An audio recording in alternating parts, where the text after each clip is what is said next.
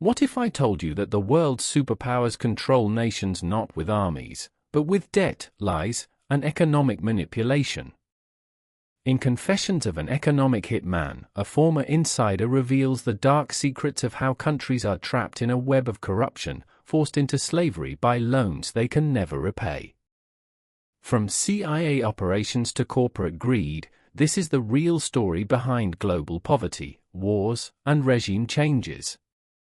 Wake up, you're being lied to. Watch till the end as we elaborate this book chapter by chapter. This will change how you see the world. Chapter 1: The Confession begins. I was an economic hitman. My job was to cheat countries out of billions of dollars. And I was very good at it. This isn't a spy novel. This isn't speculation. This is my confession. My name is John Perkins, and for years, I helped build an empire, not with soldiers, but with debt, deception, and numbers on a page. I worked for the corporatocracy, the alliance of governments, banks, and multinational corporations that control the global economy. My role? To make sure developing nations played by our rules. And if they refused, well, let's just say I wasn't the last resort. An economic hitman doesn't carry a gun. We carry briefcases, spreadsheets, promises of prosperity. We identify countries rich in oil, minerals, or strategic geography, then we offer them massive loans for highways, power plants, dams. Loans they'll never be able to repay. The trap is simple: first, inflate the projections. Make them believe this project will bring unimaginable growth. Then, when the debt crushes them, we step in, demanding cheap access to their resources, military bases, political loyalty. If they resist, that's when the jackals move in. The coup leaders. The assassins. I know because I helped design the trap. And in this story, Ecuador, Panama, and Saudi Arabia aren't just names on a map, they're victims of the game. This is how empires are built without firing a shot. Chapter 2: The Playbook: How Nations Are Engineered to Fail. We didn't conquer with tanks. We did it with interest rates. The economic hitman's playbook has 3 stages, and it's designed so that by the time a country realizes they've been played, it's already too late.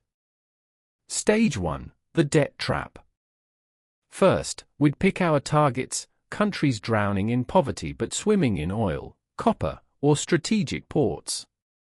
Then, we'd offer them a lifeline, enormous loans for highways, power grids, dams. Modernize, we'd say. Join the global economy.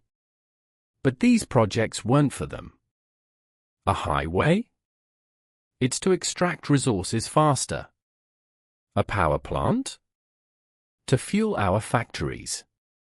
The numbers were always rigged, because the goal wasn't development. It was dependency. Stage 2: The lie in the spreadsheet. Here's where the magic happens. We'd hand them glossy reports, proving this dam would grow their economy by 10% a year. But behind the scenes? We knew the projections were fiction. The contractors were ours. The profits? Ours. The debt? Theirs. And when reality hit, when the growth never came, we didn't apologize. We pounced. Stage 3: The squeeze. Now, the real deal begins. You can't pay? No problem, just give us your oil at half price. Let us build a military base. Vote with us at the UN. If they refused? The IMF would demand austerity, cut schools, hospitals, pensions. Starve the people until they obeyed.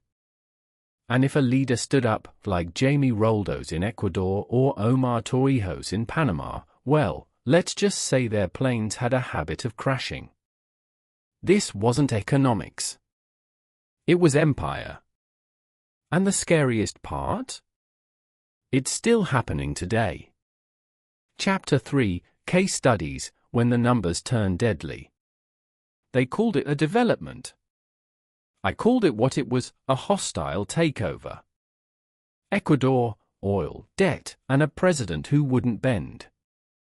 Take Ecuador, a country so rich in oil, its people should have been thriving.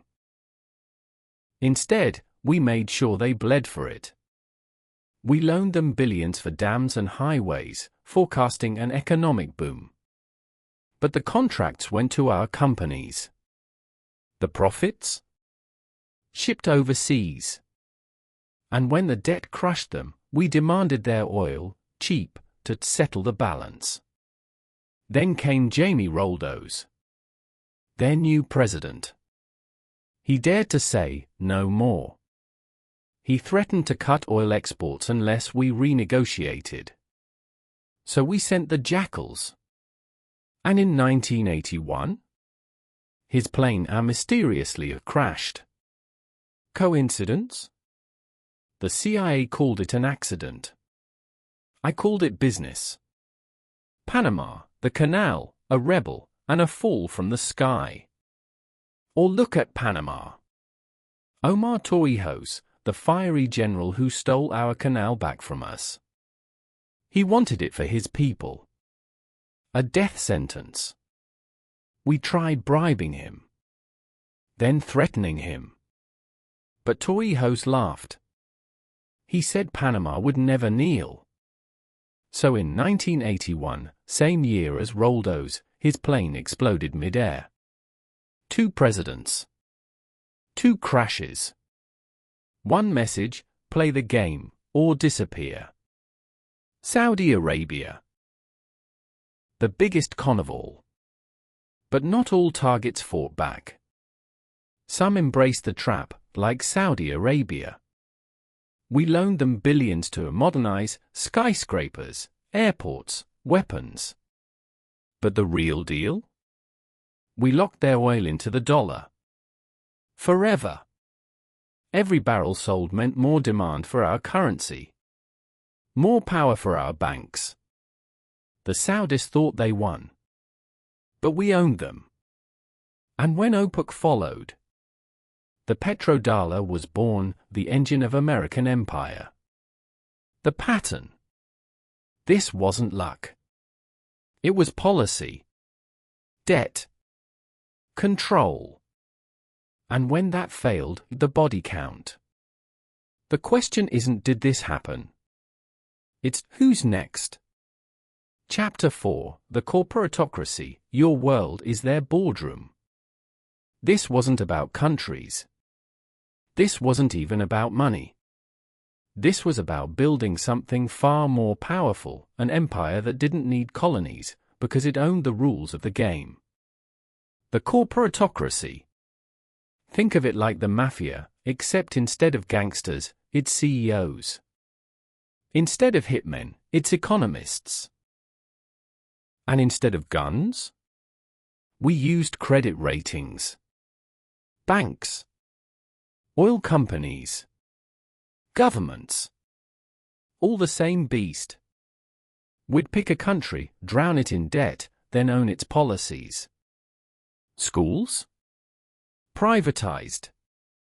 Resources? Stripped. Wages? Frozen. All perfectly legal, because we wrote the laws. The jackal system.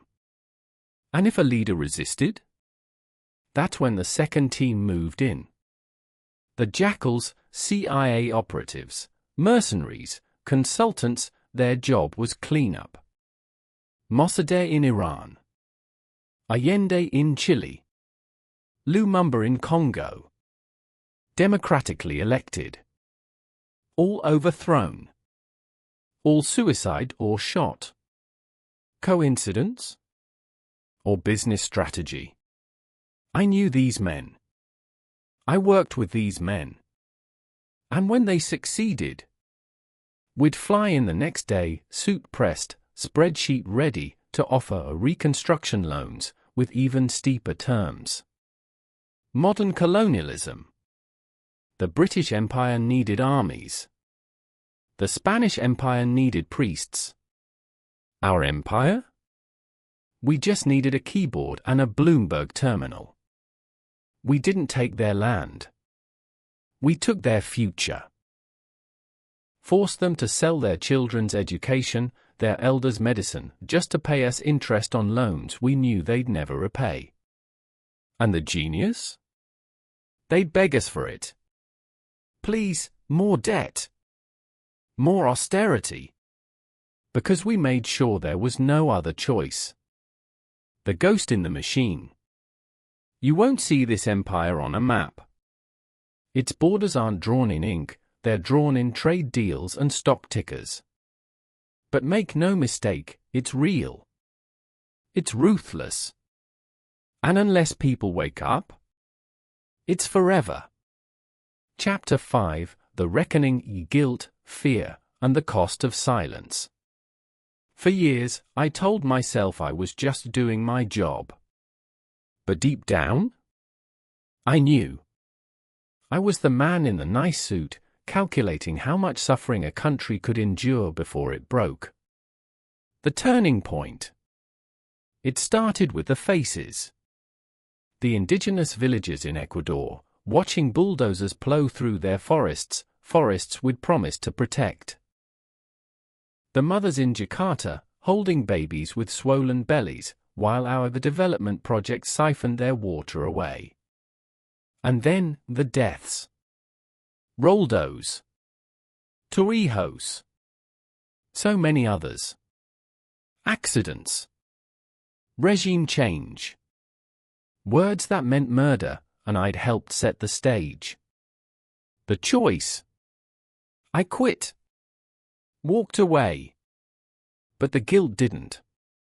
Because silence? Silence is complicity.